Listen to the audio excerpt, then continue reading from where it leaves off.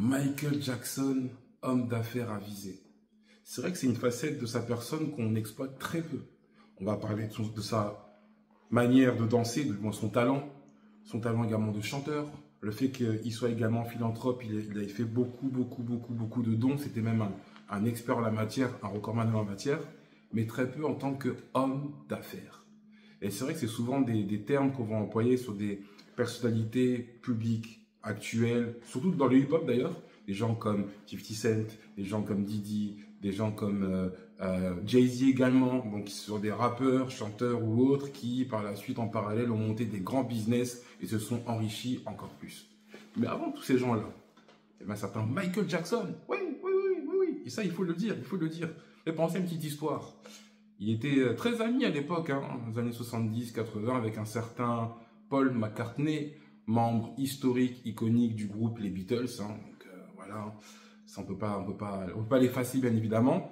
Et Paul McCartney par la suite a emprunté une carrière solo où il a fait ses propres projets, comme un certain Michael Jackson qui était issu d'un groupe Jackson 5, ensuite Jackson, et puis vous connaissez la suite, il a emprunté également son chemin solo et il est devenu celui qu'on a par la suite appelé le King of Pop. Même si c'est un peu réducteur parce que pour moi c'était le roi de la musique. Voilà, il n'y a pas de débat. Michael Jackson s'interrogeait également sur le fait de détenir certains biens dans le monde de la musique, en l'occurrence des droits musicaux. Et puis il se demandait, pensez que ça coûte combien ça, le catalogue des Beatles, comme ça, on parlait de 60 millions de dollars à l'époque. Ok, hop, petit coup de fil, c'était réglé rapidement. Hop. Mais quand un certain Paul McCartney a eu dire que Michael Jackson s'était octroyé le fait de détenir le catalogue des Beatles, donc chaque chanson qui allait passer ou autre, dans les poches de Mike. Paul McCartney, il a vu rouge, et c'était la fin de leur amitié. Mais ce qu'il faut se dire, c'est que c'était pas tout le monde qui pouvait faire ça. Donc ça montre quelque part la puissance de Michael Jackson. Et je pense que le fait qu'il soit puissant comme ça faisait peur à certains. Jalousie ou autre, mais ça faisait peur à certains. Et quand on fait un bond dans le temps, dans les années 2000, à l'époque où Michael Jackson faisait son dernier album, celui qui sera son dernier album, Studio Invincible, le fait qu'il voulait s'émanciper également de Sony, de tout contrat, et qu'il soit en guéguerre comme ça avec un certain Tony Mottola, montrait également le fait que les gens voulaient tenir Michael Jackson dans leur filet.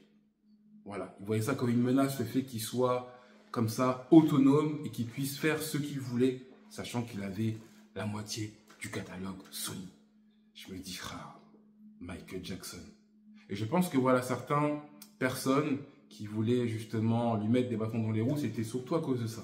Parce qu'ils voyaient Michael Jackson comme un véritable danger, comme une menace. Ils voyaient comme étant une personne qui était devenue trop puissante. Et pour eux, il fallait l'éteindre.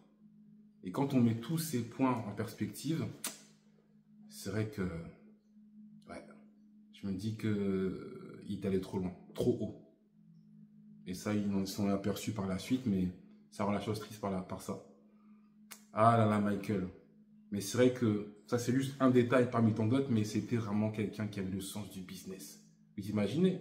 D'ailleurs, pour en revenir sur l'histoire de Paul McCartney, figurez-vous que dans le clip, le tournage de Say Say Say, vous voyez Michael Jackson, voilà, à un endroit particulier, on les voit après charpenter, voilà, un endroit où il y a des arbres, etc.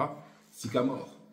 Figurez-vous que c'est ce lieu qui deviendra par la suite Neverland, que Michael Jackson a acheté content avec le pécule qu'il a généré, qu'il a gagné avec sa tournée Back Tour. Impressionnant, trop puissant. Il était seul, seul, à avoir atteint ce niveau, seul. Est-ce que vous vous rendez compte? Non, Michael Jackson, il n'y avait vraiment que toi.